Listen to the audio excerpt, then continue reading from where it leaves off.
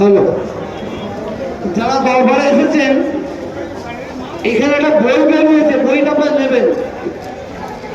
জাগো বাংলার মুসলমান, জাগো বাংলার মুসলমান। এই বইটা আপনারা অন্য কোনো জায়গায় পাবেন না।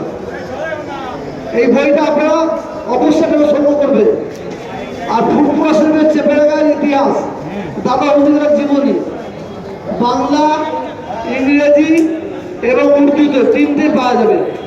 দরবারের পাশে আছে, এটা অন্য কোনো জায়গায় পাবেন না আপনাদের।